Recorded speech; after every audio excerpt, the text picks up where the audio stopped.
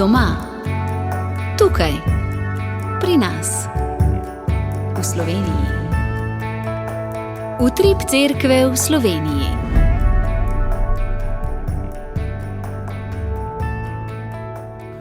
Lepo pozdravljeni na nedeljo Kristusa kralja. V današnji oddaji bomo slišali poročilo z jubileja cerkvenih glasbenikov in o praznovanju 50-letnice župnije Jarše pri Domžalah. Še prej pa oznanila. Radijska oznanila. Drage poslušalke, spoštovani poslušalci, dobrodošli v radijskih oznanilih za nedeljo 23. novembra. Svetniki v tem tednu. Jutri godujejo Andrej Donglac in drugi vietnamski mučenci ter Flora, Cvetka, mučenka. V torek godujejo Katarina Aleksandrijska, mučenka, Erazem, mučenec in Merkurij, mučenec.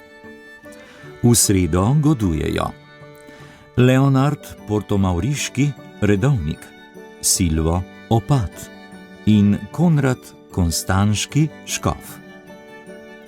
V četrtek godujejo Modest Gosposvetski, škof in Virgil Salzburški, škof, apostol Karantanije, ter Marija s čudodelno svetinjo. V petek godujejo Berta, mati svetega Ruperta, Sosten, učenec apostola Pavla in Andrej Tronk, mučenec. V soboto godujejo Saturnin, mučenec, Radbot, radogost, škof in Habib Gruzijski, mučenec. V nedeljo gostuje Andrej, apostol. Prihodnja nedelja bo prva adventna. V današnjem gospodovem dnevu. Danes dopoldne bo v Ljubljani, v stolnici svetega Nikolaja, ob 9. slovesna sveta maša, ki jo bo daroval nadškof Zore. Dopoldne bo v svetem Andražu nad Polzelo ob 9. sveta maša, ki jo bo daroval škof Matjaž. Popoldne bo na gori pri Sodražici molitev za beatifikacijo božje služabnice Magdalene Gornik. Ob 15. bo molitvena ura in ob 16. sveta maša.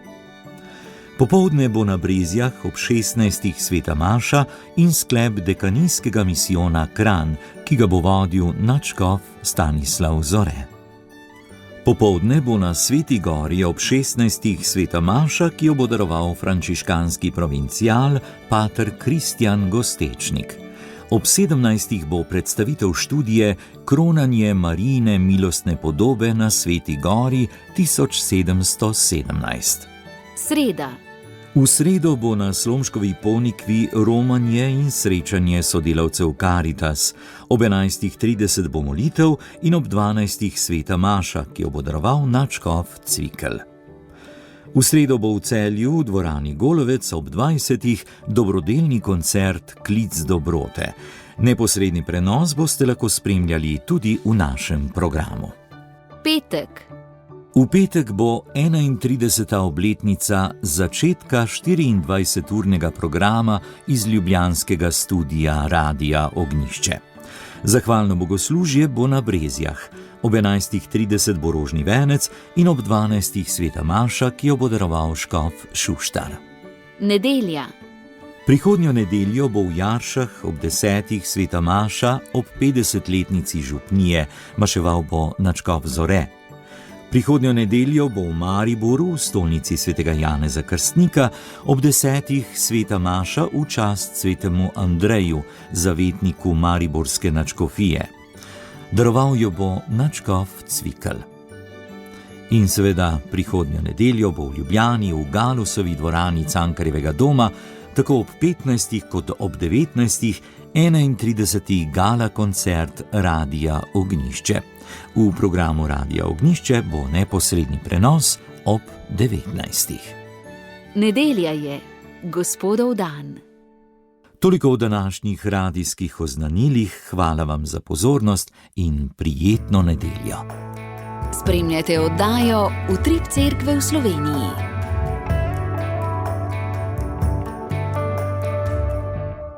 V soboto je v Ljubljani potekal jubilej cerkvenih glasbenikov. Prvi del z nagovorom škofa Jurija Bizjaka, molitvenim bogoslužjem, delavnicami, orgelskim koncertom in okroglo mizo je bil v zavodu svetega Stanislava.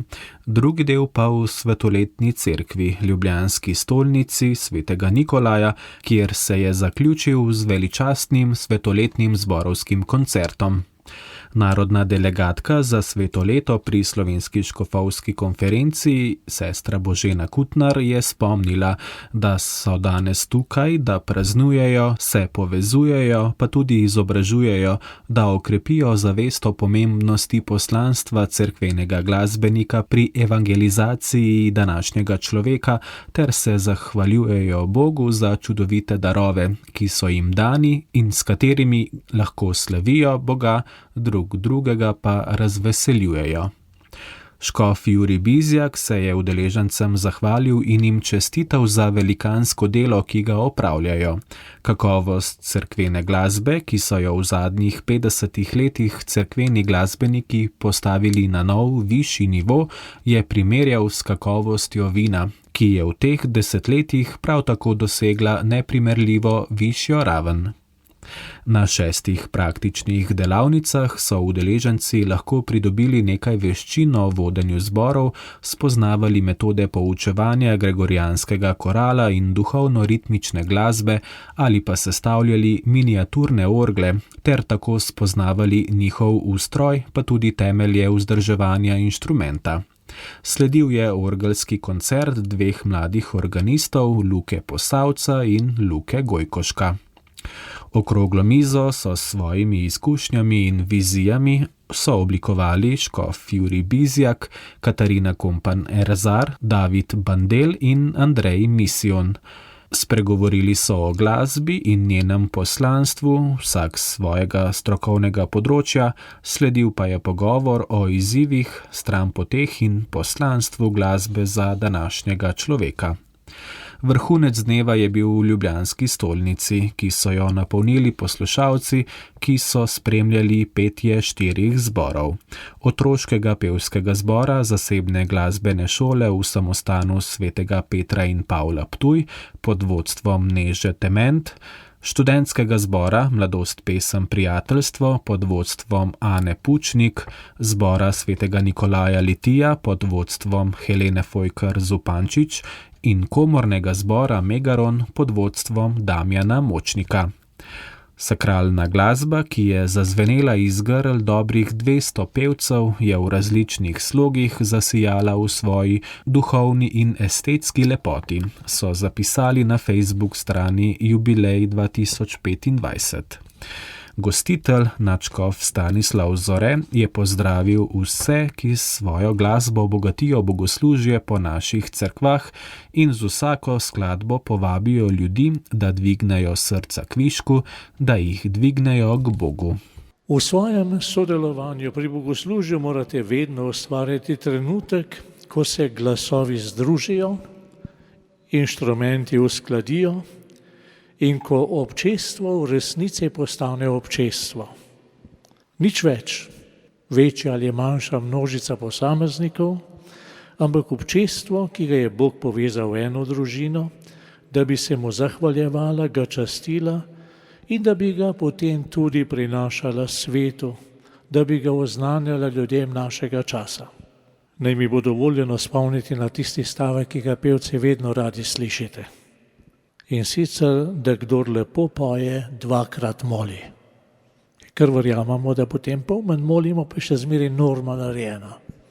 In je to res, ampak pod enim pogojem, da pevec moli pesem ali da poje molitev. Vse pesmi, ki jih prepevate med svetimi mašami, med delitvijo zakramentov in tudi med raznimi pobožnostmi, so pravzaprav molitve. Besedila nam govorijo o Bogu, o Mariji, o svetnikih, o evharistični skrivnosti, o časih bogoslužnega leta.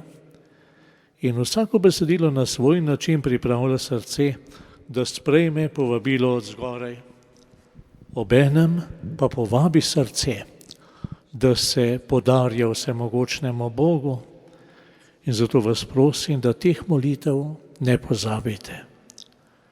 Naj ne bodo samo spremljava melodije, ampak naj bodo vsebina, ki skozi glasbo postane še bolj nagovarjajoča in navdihujoča. Ob tem mi prihaja na misel spodbuda, ki jo je sveti Frančišek Asiški namenil svojim bratom, ko jih je spodbujal, kako naj skupaj molijo. Kadar skupaj molijo, jih spodbuja, naj pri tem ne pazijo toliko na ubranost glasov, pač pa na sozvočje duha, da bo glas soglašal z duhom, duh pa z Bogom. Tako bodo mogli s čistim namenom ugajati Bogu in ne bodo s sladkostjo glasu skušali božati ušesa ljudstva. In prav ta obranost srca, o kateri govori sveti Frančišek, je sporočilo, ki ga svet razume, ne da bi potreboval tolmačenja in opombe pod črto. Ubranost src, v kateri vsa obdarovanost izvajalcev, vse barve glasov, vsa pisanost inštrumentov, ko nihče več ne išče samega sebe, ampak se na nek način zgodi to, o čemer piše Janez v Razodetju. Peli so pesem Božjega služabnika Mojzesa in pesem Jagnjeta. Velika in čudovita so tvoja dela, Gospod Bog, vladar vsega. Pravična in resnična so tvoja pota, kralj narodov. Veste, kakor lepo zgrajen akord, lepa harmonija potuje v prostor, neizmerno daleč. Tako harmonija src na drugačen način potuje v prostor, od človeka do človeka in nagovarja in prepriča. Dragi pevci in glasbeniki, kako pri petju povzdigujete srca in glasove, da se dvigajo k Bogu, tako vas lepo vabim, da sklonite glave za blagoslov, da bo vaša pesem še naprej ena sama hvalnica Bogu najvišjemu. Po sklepnem nagovoru nadškofa Zoreta je polna stolnica zadonela še v slavnostnih in mogočnih zvokih svetoletne himne Romari upanja.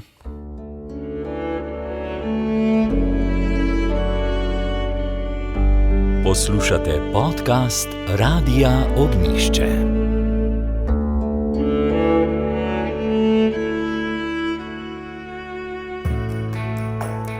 Spremljate oddajo Utrip Cerkve v Sloveniji.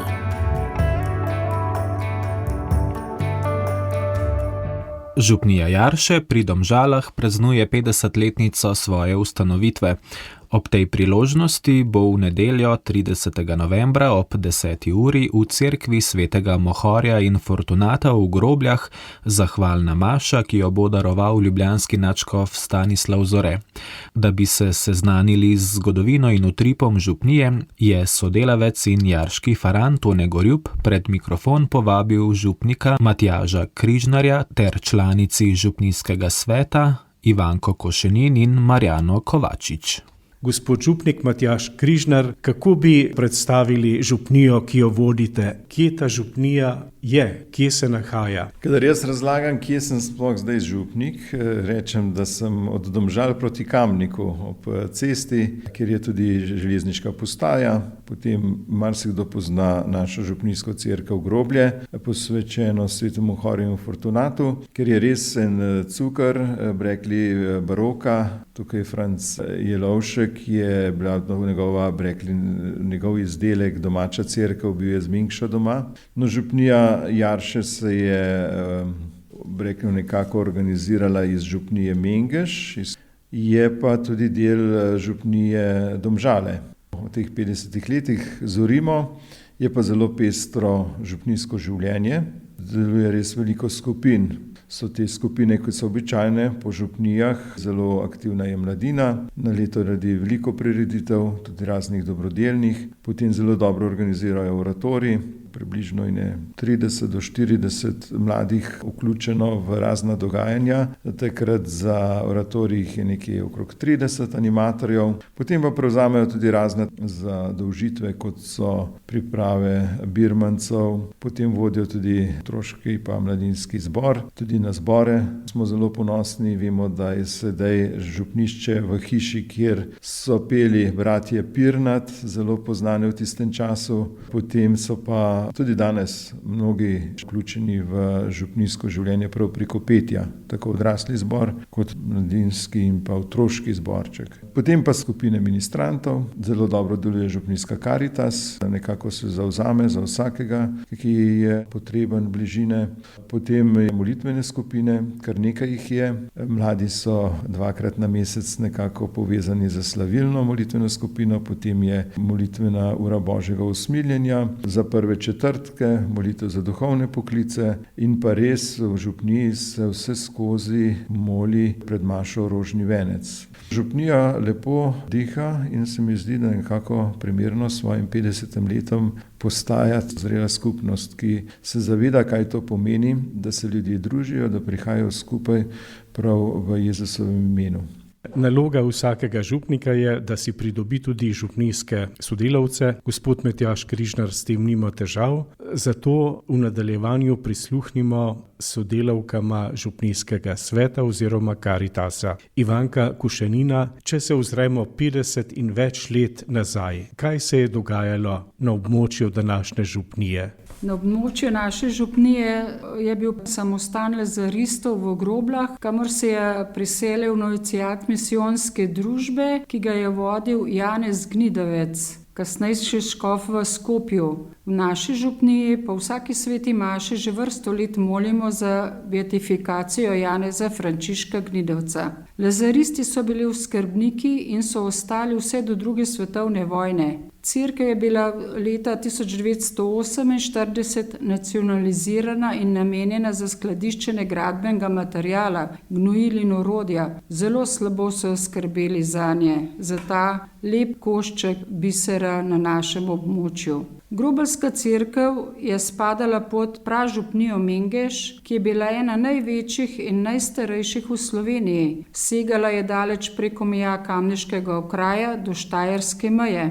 Iz pražupnije so postopoma nastale nove okoliške župnije. Najprej se je osamosvojila župnija Dob, nato župnija Homec, kasneje pa tudi župnija Domžale. Preostalo ozemlje mengeške župnije je bilo še vedno veliko, zato je v 70 letih našega prejšnjega stoletja gospod Štefan Babič, takratni mengeški župnik, dal pobudo škofiji, da se ustanovi tudi župnija Jarše. Predlagal je, da bi župnija Jarše postala pastoralno središče, vključno z Virom. Cerkev župnišča ni imela in prav težko je bilo najti lokacijo za postavitev le-tega. Pogled gospoda Babiča se je nato ustavil na stari Pirnatovi domačiji s kovačnico v Srednjih Jaršah. Z dediči so se pogovorili, kateri so soglašali za odkupom nepremičnine. Pri zavzemanju za ustanovitev župnije je gospod Štefan Babič moral prebroditi težke ovire tedanje politike.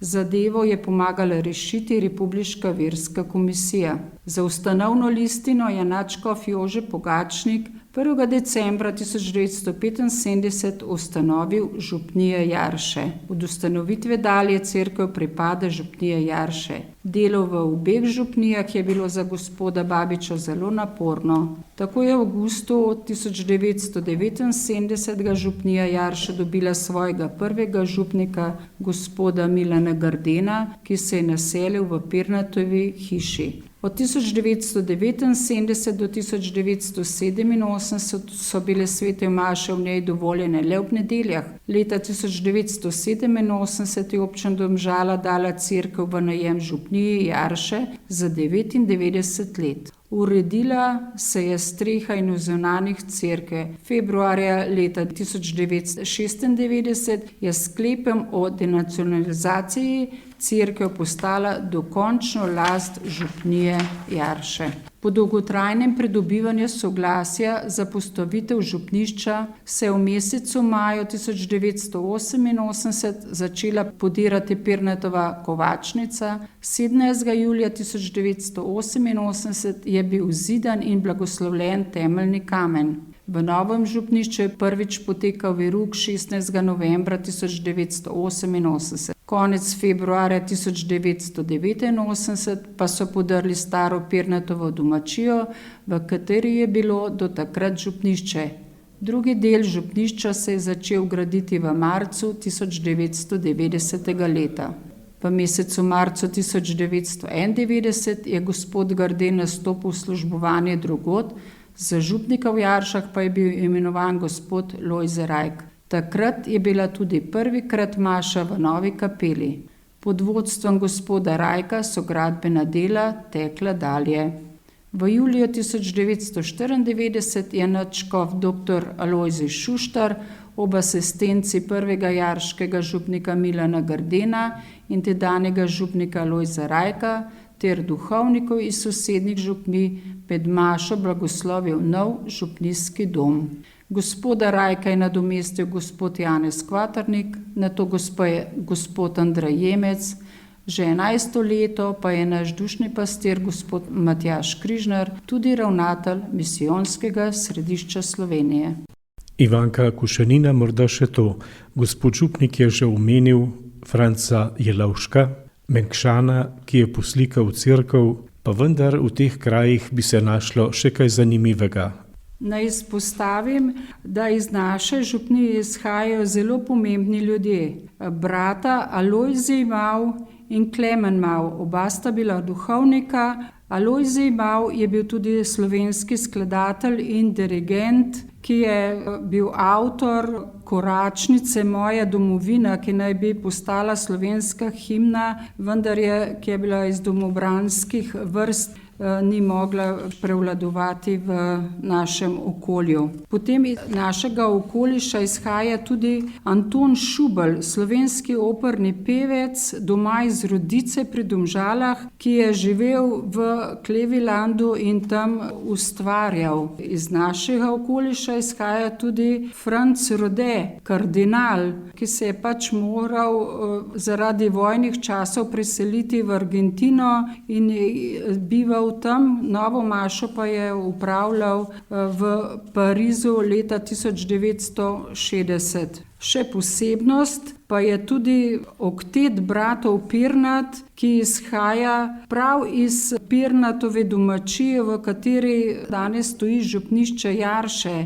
Tu je bilo 11 otrok, od katerih je 8 pripevalo v oktetu bratov Pirnat. Ustanovljeni so bili leta 1957 in žal se je v začetku novembra letos poslovil zadnji Pirnatov oktetovec Janez Pirnat. Marjana Kovačič, ki vodi župnijsko Karitas in je tudi članica župnijskega sveta, pa nam bo predstavila, kako bo slovesnost potekala. Praznovanje 50-letnice župnije Jarše bomo začeli v petek, 28. novembra, in sicer z 9-dnevnico, ki v bistvu sovpada kot 9-dnevnica k Brezmadežni. Vsak dan bo sveta maša, ki jo bo vodil drug duhovnik, ki je povezan z našo župnijo, ali naši nekdanji župniki, ali pa oba duhovnika domačina. Osrednji slovesnosti pa sta slavnostna akademija v 50-letnici ustanovitve župnije, ki bo v petek, 28. novembra ob 19. uri v Kulturnem domu Groblje, in pa v nedeljo 30. novembra ob 10. uri bo v naši cerkvi v Grobljah slovesna sveta maša, ki jo bo vodil gospod nadškof monsignor Stanislav Zore. Vse podrobnosti glede praznovanja pa si lahko pogledate na naši spletni strani in v našem glasilu Grobeljski zvon.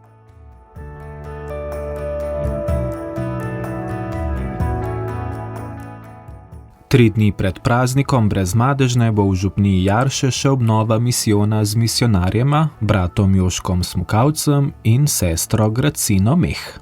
To je bilo tokrat tudi vse v današnji oddaji. Želim vam lepo nedeljo Kristusa kralja vesoljstva. Srečno! Oddaja vam je na voljo tudi med podcasti in v našem audio arhivu. Obiščite radio.ognisce.si. Hvala za poslušanje. Podprite brezplačen dostop do naših vsebin in postanite prijatelj Radia Ognišče.